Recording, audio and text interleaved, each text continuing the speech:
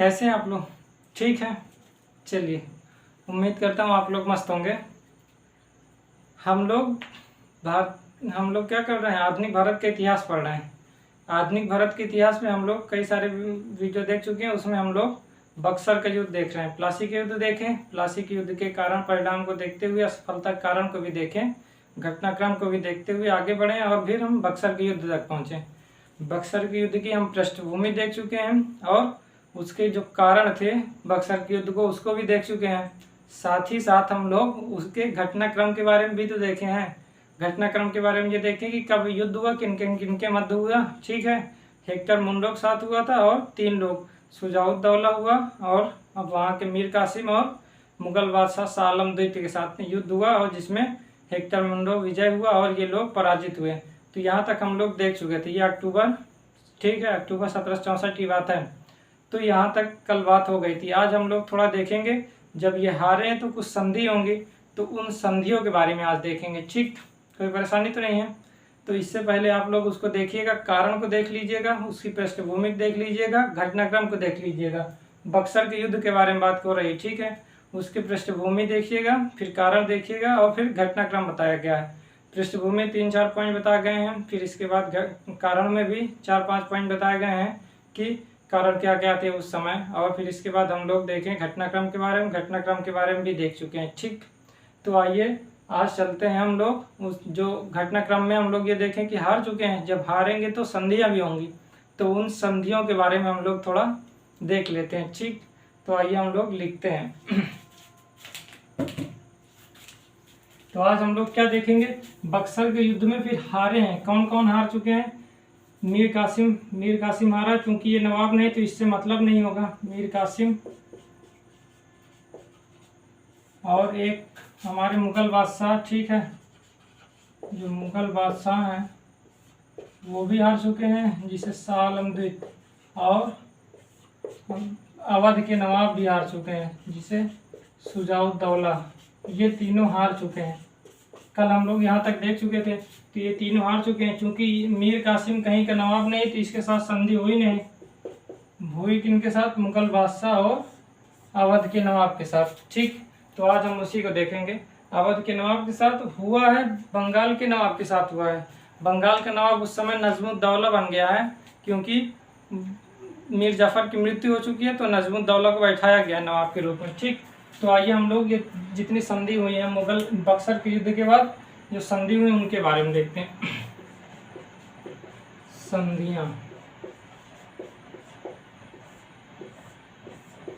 तो इसमें हम लोग मुख्य रूप से 2 संधि देखेंगे, लेकिन समान रूप से 3 संधि देखेंगे। 3 संधि का मतलब जो तीसरी संधि है वो पहली संधि में इंक्लूड है, इसलिए हम अलग कर दिए, लेकिन वो साथ ही में थी।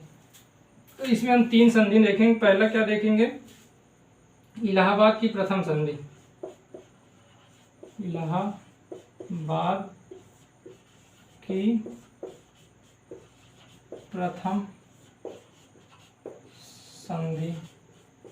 आप लोग इससे पहले पहले कारण देखेंगे, तब समझ में आ जाएगा। जब हम पृष्ठभूमि देख रहे थे कि वास्तव में मीर कासिम कैसे आया, मीर कासिम बैठा, मीर जाफर ने बैठाया, फिर उसकी नीति अलग थी, फिर उसने क्या किया, कह रहे हैं कि मिदनापुर हो गया, वर्धमान और चटगांव की जमींदारी भी दी। ये पृष्ठभूमि हम लोग देखे थे। इसके बाद हम लोग कारण देखे थे। कारण में ये देखे थे कि पहला तो ये स्वतंत्र होना चाह रहा था मीर कासिम। दूसरा ये देखे थे कि वो अपनी राजधानी बदला था कहाँ से, मुर्शिदाबाद से मुंगेर। तीसरा ये देखे थे कि ये अपनी सैन्य शक्ति को बढ़ाना चाह रहा था, जिसके लिए वो क्या किया, तो बंदूकों कारखाना खोला, यूरोपीय ढंग से सैनिकों को अपने प्रशिक्षित किया। इसके बाद दस्तक का दुरुपयोग रोका और सभी व्यापारियों को कर मुक्त अधिकार दे दिया गया कि कर मुक्त व्यापार आप करिए। तो ये सब कारण हम लोग कल देखे हैं, तो आप लोग इसको देख लीजिएगा। फिर इसके बाद हम लोग क्या देखे हैं, घटनाक्रम देखे हैं। घटनाक्रम में ये देखे हैं कि कौन कौन मिला, तो 3 लोग मिले थे, मीर कासिम, मुगल बादशाह और अवध के नवाब, ये मिले थे। इसके बाद फिर संयुक्त रूप से इनकी सेना मिलकर युद्ध की और अंग्रेजों से पराजित हुई। 1764 में हार गए। तो जब ये हार जाएंगे तो इनके साथ संधियां हुई, तो हम उसी संधि के बारे में बात कर रहे हैं। ठीक, तो ये किसके साथ संधि हुई थी, ये मुगल बादशाह और अंग्रेजों के मध्य। मुगल बादशाह उस समय शाह आलम द्वितीय है, मुगल बादशाह प्लस अंग्रेज, अंग्रेज का मतलब आप अब एक चीज़ समझ लीजिए कि हेक्टर मुंडो बंगाल के बक्सर के युद्ध में हेक्टर मुंडो था अधिकारी जिसके साथ युद्ध हुआ, लेकिन उस समय क्लाइव चला गया था कहाँ, अंग्रेज इंग्लैंड चला गया था। लेकिन बाद में जब ये संधि हो रही थी तब वो आया है, तब उसी के मध्य संधि हुई है।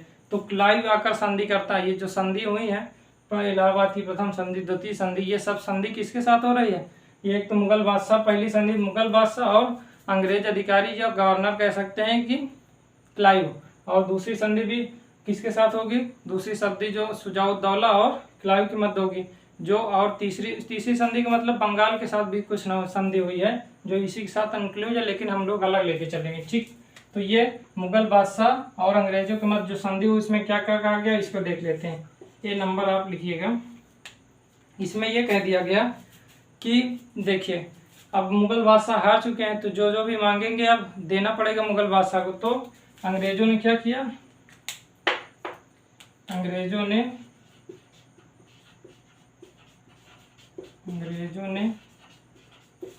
बादशाह से, मुगल बादशाह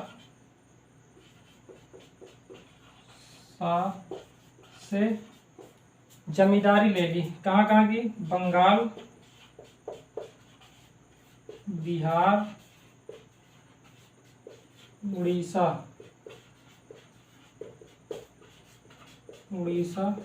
की जमींदारी ले ली। जमींदारी ले ली। ठीक, अंग्रेजों ने बादशाह से, मुगल बादशाह से बंगाल, बिहार और उड़ीसा की जमींदारी ले ली कि आप हमको 3 स्थानों की जमींदारी दीजिए। बंगाल, बिहार और उड़ीसा की जमींदारी कौन ले लिए?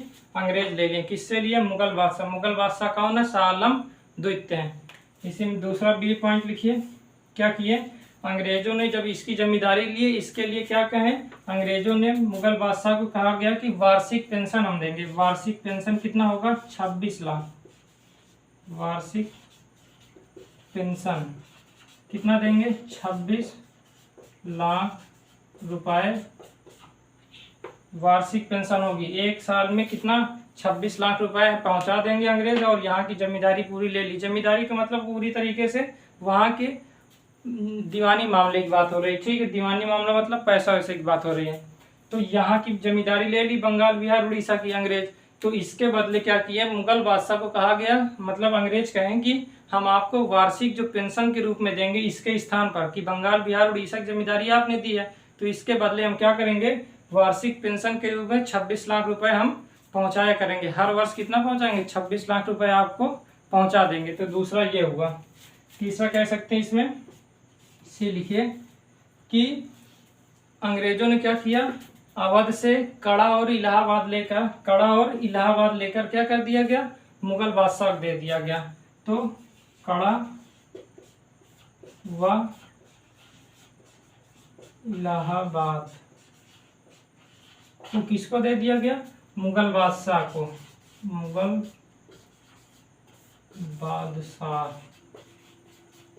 बादशाह को दे दिया गया।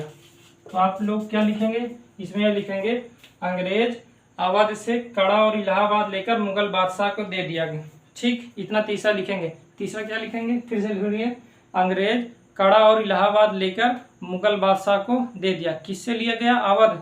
कड़ा और इलाहाबाद अवध का क्षेत्र। ठीक, जो अवध ये है, हमारे अवध के नवाब जो है ना शुजाउद्दौला, उनके क्षेत्र में आता है। लेकिन ये क्या किए? कड़ा और इलाहाबाद को लेकर मुगल बादशाह को दे दिए।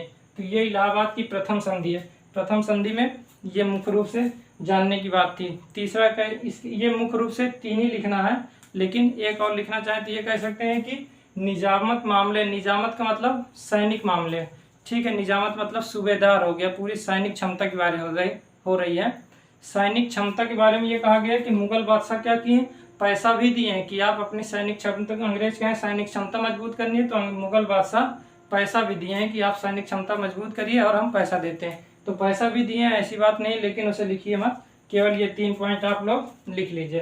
पहला, अंग्रेजों ने मुगल बादशाह से बंगाल, बिहार और उड़ीसा की जमींदारी ले ली, इसके बदले वार्षिक पेंशन के रूप में 26 लाख रुपए तय कर दिया।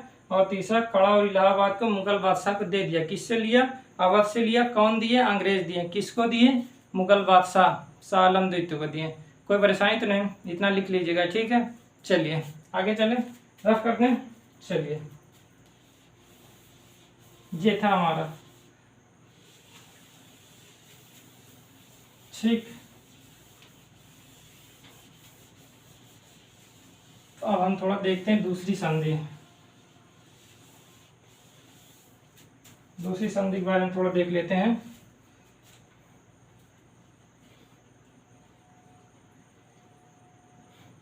गर्मी बहुत है। इलाहाबाद का द्वितीय संधि आप लिखिए, द्वितीय संधि, द्वितीय संधि। इसमें आप लिखिएगा अवध के नवाब। अवध के नवाब कौन है?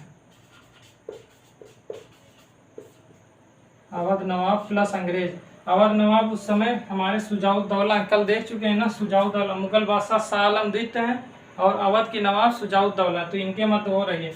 इलाहाबाद की जो द्वितीय संधि हो रही है वो अवध नवाब और अंग्रेजों के मध्य हो रही है। अंग्रेज में यहाँ प्लस क्लाइव और यहाँ पास शुजाउद्दौला। तो इसमें ये लिखिए, ये में क्या कहा गया कि देखिए इन्होंने कहा कि ठीक है आप क्या करिए, हार तो चुके ही हैं तो अब हमारी बात मानिए। अंग्रेज कहें किससे? अवध के नवाब से कि आप हारे हैं, अब हारे हैं तो आप उनकी बात मानेंगे, इसलिए संधि में ही इंक्लूड कर दिया गया।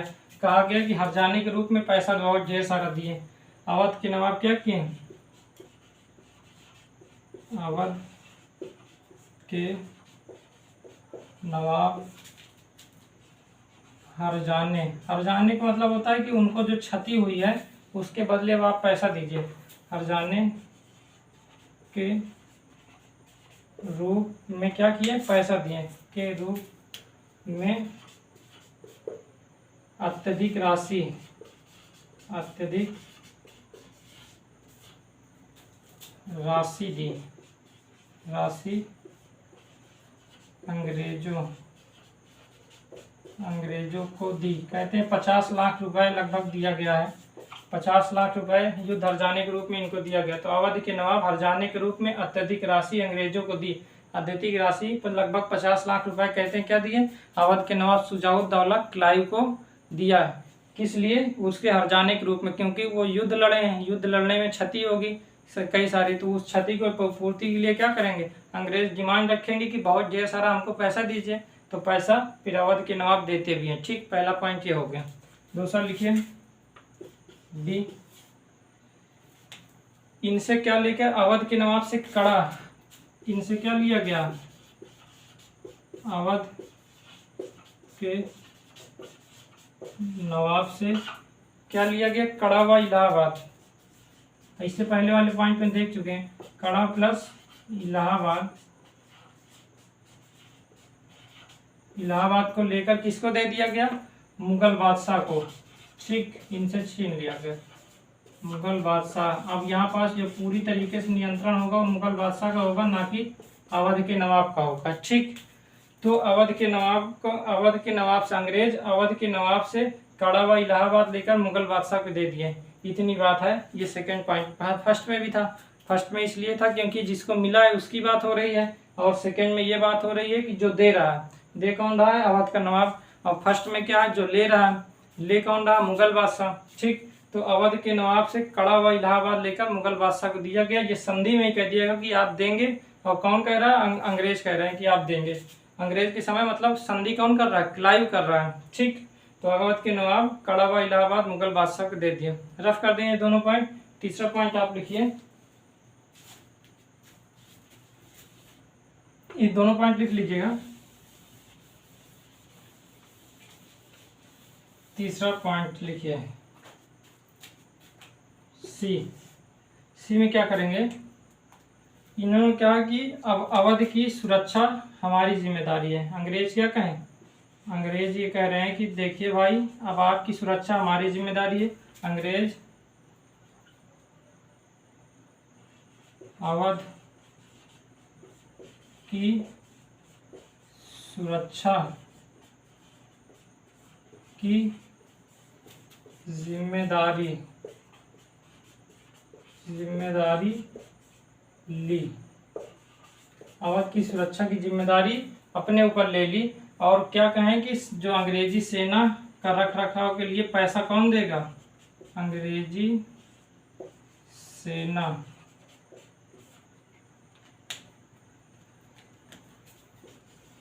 के रखाव के लिए जो पैसा देगा वो कौन देगा? वो अवध का नवाब देगा। कौन देगा? अवध के नवाब। अवध के नवाब। ठीक। उन्होंने कहा कि अंग्रेज क्या कहे कि अब अवध की सुरक्षा हमारी जिम्मेदारी, अब आप परेशान मत रहिए, अब आपके पास सेना नहीं होगी, अवध की सुरक्षा हमारी जिम्मेदारी, लेकिन अवध में जो सेना रखी जाएगी उसका खर्च कौन वहन करेगा? अवध के नवाब वहन करेंगे। तीसरा पॉइंट क्या लिखेंगे? अंग्रेजों ने अवध की सुरक्षा तो अपने ऊपर ले ली, अवध की सुरक्षा की जिम्मेदारी तो अपने ऊपर ले ली, लेकिन सेना के खर्च का वहन अवध के नवाब को उठाना पड़ा। तो आप इतना लिखिएगा, सेना, अंग्रेजी सेना के वाहन मतलब रख रखाव का जो पूरा खर्च है वो कौन उठाया? अवध के नवाब। तीसरा आप पॉइंट ये लिखेंगे, क्या लिखेंगे? अंग्रेज क्या करेंगे? अंग्रेज अवध की सुरक्षा की जिम्मेदारी अपने ऊपर ले ली और अंग्रेजी सेना का रख रखाव का पूरा खर्चा अवध के नवाब को उठाना पड़ा। इतना आप लिखेंगे। यह हो गया तीसरा पॉइंट। तो ये 3 पॉइंट। चौथा आप लिखना चाहें कि बनारस और गाजीपुर, बनारस व गाजीपुर को किसको दे दिया? बनारस के जमींदार को एक थोड़ा दे दिया, जमींदार को देने को कहा गया। ठीक।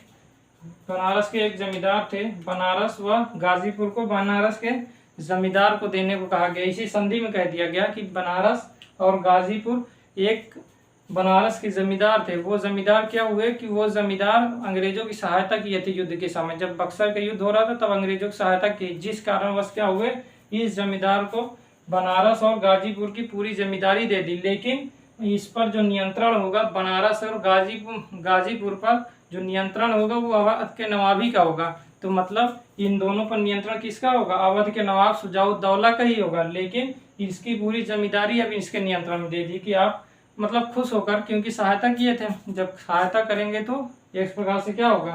तो सहायता खुश होकर कुछ ना कुछ तो देंगे। ठीक। तो हमारा हो गया, ये हो गया चौथा पॉइंट। तो ये इलाहाबाद की द्वितीय संधि है। ठीक। तो लिख लीजिएगा आप। ठीक, रफ करें। चलिए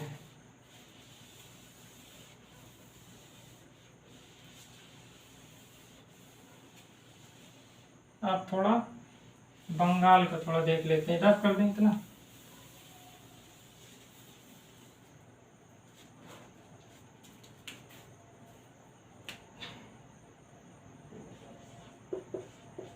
बंगाल के नवाब के साथ संधि, बंगाल के नवाब के साथ संधि हुई। जो इलाहाबाद की प्रथम व द्वितीय संधि हुई है वो अगस्त में हुई, अगस्त महीने में हुई। ठीक। इसके बाद हुई है फरवरी में ही हो गई थी, ये 1765, वो भी 1765 में। आप डेट लिख लीजिएगा उसमें। इलाहाबाद की जो प्रथम संधि हुई वह 12 अगस्त लिखिएगा, अगस्त हो गया, अगस्त 1765 में उसकी संधि हुई। द्वितीय संधि भी अगस्त 1765 में हुई। ठीक। लेकिन ये फरवरी 1765 में हुई है, उससे पहले ही हो गए, मतलब उसी के समय हुई है। तो आप लिखिए, इसमें यह कह दिया गया कि बंगाल का प्रशासन, बंगाल का पहला पॉइंट ये लिखिएगा, पहले में लिखिएगा, बंगाल का प्रशासन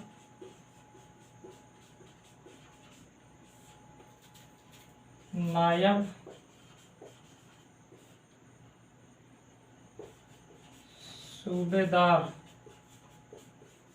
सूबेदार की सलाह पर संचालित होगा, सलाह पर संचालित होगा। ये पॉइंट आप लिख लीजिएगा, क्योंकि ये पॉइंट अभी आगे काम आएगा। आगे का मतलब इस समय नहीं, जब आगे हम अभी पढ़ेंगे मॉडर्न हिस्ट्री, जैसे आगे बढ़ेंगे तो ये पॉइंट बहुत महत्वपूर्ण है।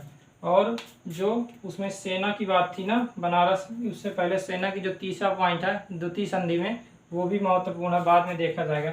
तो बंगाल का प्रशासन नायब सूबेदार के द्वारा संचालित होगा, और इस नायब सूबेदार की नियुक्ति कौन करेगा? नायब सूबेदार, आप लिखेंगे नायब सूबेदार की नियुक्ति अंग्रेज करेंगे।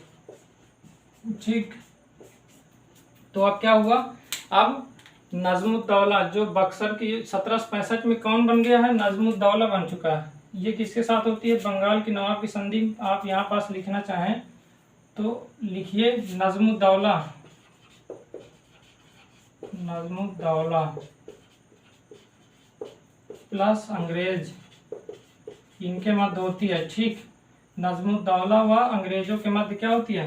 बंगाल के नवाब के साथ जो संधि होती है वो नजमुद्दौला प्लस अंग्रेज के साथ होती है। तो अब नजमुद्दौला को पूरी तरीके से कंट्रोल किया गया कि देखिए ये मीर कासिम की तरह ये भी क्या करें, शक्ति अत्यधिक हो जाए, कहीं अत्यधिक शक्ति के बाद ये क्या करें, ये नियंत्रण खोकर हम पर आक्रमण न कर दे या हमसे स्वतंत्र न होना चाहिए। इसलिए कह दिया गया कि अब नायब सूबेदार की सलाह पर क्या करेगा, संचालित होगा। मतलब वहाँ का जो बंगाल का पूरा प्रशासन होगा वो नायब सूबेदार के सलाह पर संचालित होगा। अब वो स्वयं से संचालित नहीं करेगा, जो नवाब होगा वो इसकी सलाह पर संचालित करेगा। तो पहला पॉइंट ये हो गया। बी लिखिए कि सैनिकों की कटौती की गई, सैनिकों की संख्या में कटौती की गई, सैनिकों की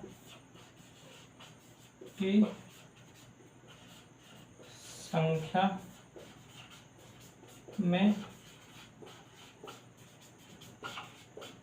कटौती की गई। ठीक, सैनिकों की संख्या में कटौती की गई। सैनिकों की संख्या में कटौती इसलिए की गई कि ये लोग शक्ति अगर पा जाते हैं, कोई भी यदि किसी के पास शक्ति बहुत ज़्यादा है और किसी के नियंत्रण में है, और शक्ति किसी के पास बहुत ज़्यादा आएगी तो वो उसके नियंत्रण से स्वतंत्र होना चाहेगा। इसी प्रकार जैसे मीर कासिम के पास शक्ति ज़्यादा हुई तो वो अनियंत्रित होने लगा, वो स्वतंत्र रहना चाहा, जिस कारणवश युद्ध की स्थिति बनी। इसलिए ये पहले से अब सतर्क हो गए कि अब इनकी सैनिकों की संख्या में कटौती रहेगी, न इनके पास शक्ति अत्यधिक होगी। नजमुद्दौला जो बंगाल के नवाब, जब न सैनिकों की शक्ति अत्यधिक नहीं होगी तब ये स्वतंत्र होना ही नहीं चाहेंगे। अत्यधिक शक्ति हो जाने के कारण ये स्वतंत्र हो रहे हैं। जब सैनिकों की संख्या में ही कटौती कर दी जाएगी तब ये क्या होंगे, इन कमजोर हो जाएंगे, जिस कारणवश ये स्वतंत्र होने की सोचेंगे भी नहीं। तो ये दो करे हैं, एक दो और हैं, उसे लिखने की जरूरत नहीं, ना वो जानने की जरूरत है, मतलब वो इम्पोर्टेंट है भी नहीं। तो आप लोग बंगाल के नवाब के साथ जो संधि हुई है दोनों है कि नायब सूबेदार के द्वारा बंगाल का प्रशासन संचालित होगा, दूसरा सैनिकों की संधि, सैनिकों की संख्या मतलब कटौती की गई। ये पॉइंट आप थोड़ा महत्वपूर्ण है, आप इसे याद रखिएगा। और जो इलाहाबाद की संधि द्वितीय संधि है उसमें एक बात याद रखिएगा, जो सैनिकों की जो अंग्रेज क्या कर रहे हैं, अंग्रेज कह रहे हैं कि अवध में जो अवध की सुरक्षा की जिम्मेदारी उनके ऊपर होगी, और जो सेना रखी जाएगी वह अवध के खर्चे पर रखी जाएगी। ये कहा गया है ना, इसका मतलब क्या हुआ कि अंग्रेजों की सैनिक शक्ति भी मजबूत हो गई और उनको किसी प्रकार का हस्तक्षेप भी नहीं करना पड़ा। हम बाद में देखेंगे, अभी जब मराठों का युद्ध होगा उनके साथ तब ये बात बार बार आएगी। मराठों के साथ युद्ध होगा तब बात ये आएगी, तब वहाँ पास फिर से बताया जाएगा। ठीक, तो ये इतनी बात थी, क्या थी, बंगाल के नवाब के साथ संधि। जो 3 संधि हुई थी, क्योंकि हारे हैं तो संधि होगी। संधि हुई, बंगाल के नवाब के साथ संधि हुई। पहले संधि जो फरवरी 1765 में हुए, 2 प्रकार के हुए कि नायब सूबेदार द्वारा प्रशासन संचालित होगा, और दूसरा ये कह दिया गया कि सैनिकों की संख्या में कटौती की जाए। क्यों की जाए? क्योंकि शक्ति हो जाने पर कौन नियंत्रण रहता है, कोई भी नहीं नियंत्रित रहना चाहता, फिर वो अनियंत्रित रहते हैं। इस कारणवश सैनिकों की संख्या की कटौती की गई ताकि ये नियंत्रित में रहें, वहाँ के नवाब, बंगाल के नवाब नियंत्रित में रहें। ठीक, चलिए दूसरी संधि या पहली संधि, इलाहाबाद की प्रथम संधि में क्या कहा गया कि बंगाल, बिहार, उड़ीसा की आप जमींदारी हमको दे दिए, उसके बदले हम 26 लाख रुपए प्रति वार्षिक आपको देंगे। मतलब हर वर्ष आपको 26 लाख रुपए पहुंचाते रहेंगे, आप बेफिक्र रहें। मुगल बादशाह कहा गया, अंग्रेज लोग कहें। उसके बदले 3 जगह की जमींदारी ली, बंगाल, बिहार और उड़ीसा की। और दूसरा क्या कह दिया कि कड़ा और इलाहाबाद को अवध से छीन कर किसको दे दिया गया, मुगल बादशाह को दे दिया। मुगल बादशाह का सीधा नियंत्रण होगा। प्रतीक के रूप में तो ये थे ही, लेकिन सीधा नियंत्रण हो गया किनका, मुगल बादशाह का। ठीक, चलिए तो और फिर इलाहाबाद की द्वितीय संधि में सुजाउद्दौला हुआ, जिसमें युद्ध हर्जाने के रूप में बहुत ढेर सारी राशि ली गई, कहते हैं 50 लाख रुपए लिया गया युद्ध हर्जाने के रूप में। फिर इसके बाद कहा गया कि कड़ा और इलाहाबाद किसको दे दिया जाए, मुगल बादशाह को दे दिया जाए। और तीसरा ये कह दिया गया कि सैनिक रखा, आपकी सुरक्षा की जिम्मेदारी हमारी होगी, लेकिन जो सैनिक होंगे उनका खर्च वहन कौन करेंगे, वहाँ के नवाब, अवध के नवाब करेंगे। और चौथा कह सकते हैं कि गाजीपुर और बनारस को एक बनारस के जमींदार को दे दिया गया, लेकिन गाजीपुर और बनारस को अवध के अधीन ही रखा गया। दे भले दिया गया, वहाँ की जमींदारी उसकी भले हो गई थी, लेकिन वो पूरा क्षेत्र अभी भी अवध के नियंत्रण में ही था। ठीक, तो ये संधि हुई द्वितीय संधि। और एक संधि है, तो 3 संधि मुख्य रूप से थी, तीनों फिर से बता दिया गया है, तो आप लोग अच्छे से लिख लीजिएगा। ठीक है, इसमें ज़्यादा था भी नहीं कि ऐसा था कि कठिन था, कठिन तो था भी नहीं। तो इतना हो गया। कल हम लोग देखेंगे परिणाम और असफलता कारण। तो इतनी बात आप लिख लीजिएगा, प्रथम संधि, द्वितीय संधि और बंगाल के नवाब के साथ जो संधि हुई, तो तीनों लिखिएगा, महत्वपूर्ण है। ठीक है, ये तीनों संधि महत्वपूर्ण इसलिए है क्योंकि इनका आगे बहुत बार जिक्र होगा, तब आपको जानना आवश्यक होगा कि ये क्या बातें हैं। अपने नहीं, अन्यथा वहाँ पर जब पढ़ेंगे तब समझ में नहीं आएगा कि ये बात कहाँ से हो रही है। जब इसे पढ़े रहेंगे तो आगे स्पष्ट रूप से समझ आए। इसी प्रकार आगे बढ़ा ही है राजनीति, इतिहास इसी प्रकार आगे बढ़ा है, धीरे धीरे करके आगे ही तो बढ़ा है। तो पिछले से थोड़ा बेहतर होते गया है, तो आगे हम देखेंगे। तो कैसा लगा बता दीजिएगा। ठीक, और इसको लिख लीजिएगा, परेशानी तो होगी नहीं, लिखने में क्या परेशानी हो गई, जितना लिखाया जा रहा है, जितना बोला जा रहा है उतना ही लिखना है, अपने से ज़्यादा कुछ लिखना नहीं। जो कहानी के रूप में बताया जाता है उसको तो लिखना नहीं है, और ये महत्वपूर्ण है, आप लोग लिख लीजिएगा। ठीक, तो कैसा लगा बता दीजिएगा। हम लोग मिलेंगे कल देखेंगे परिणाम, परिणाम तो देखें, हाँ शायद देख लें, क्योंकि थोड़ा बहुत अंतर हुआ है। परिणाम जो प्लासी के युद्ध से थोड़ा बहुत परिवर्तन हुआ, थोड़ा बहुत नहीं बहुत परिवर्तन हुआ। राजनीतिक क्षेत्र में इनका बहुत बड़ा मतलब परिवर्तन हुआ, और आर्थिक क्षेत्र में भी। पहले केवल बंगाल की थी, अब बहुत बड़ा क्षेत्र हो गया जहाँ पास ये मुख्य रूप से व्यापार कर सकते हैं, मुक्त रूप से, कि कर नहीं देना पड़ेगा। तो हम वहाँ परिणाम में देखेंगे, दोनों स्थिति मजबूत हुई है, राजनीतिक परिणाम में और आर्थिक परिणाम दोनों में देखेंगे, दोनों की स्थिति मजबूत हुई। फिर इसके बाद हम द्वैत शासन देखेंगे, द्वैत शासन के बाद हम लोग फिर कुछ गवर्नर जनरल के बारे में देखेंगे। फिर आगे बढ़ते हम आगे चलते जाएंगे। फिर आंग्ल मैसूर युद्ध देखेंगे। ठीक है, जो आंग्ल मैसूर युद्ध हुए हैं टीपू सुल्तान के साथ, हैदर अली के साथ, उसके साथ फिर आगे बढ़ते हुए हम लोग फिर देखेंगे हम लोग। इसके बाद फिर सिखों के साथ, मराठों के साथ जो युद्ध हुआ, फिर इसके बाद देखेंगे जो अफगानिस्तान के साथ, फिर पंजाब के साथ जो युद्ध हुआ, सिंध के साथ जो युद्ध हुआ। ये इतना देखते हम लोग 1857 तक विद्रोह तक पहुँचेंगे। जब वहाँ तक पहुँच जाएंगे तब हम लोग सुधार पढ़ेंगे, जो संवैधानिक सुधार, बीच में अब सुधार आते जाएंगे। ठीक है, रेगुलेटिंग एक्ट आएगा, फिर आएगा 17 चार्टर एक्ट, फिर चार्टर एक्ट, 4 चार्टर एक्ट आएंगे, तो वो सब देखेंगे। ठीक, तो कैसा लगा बता दीजिएगा। हम लोग कल मिलते हैं, चलिए ठीक है।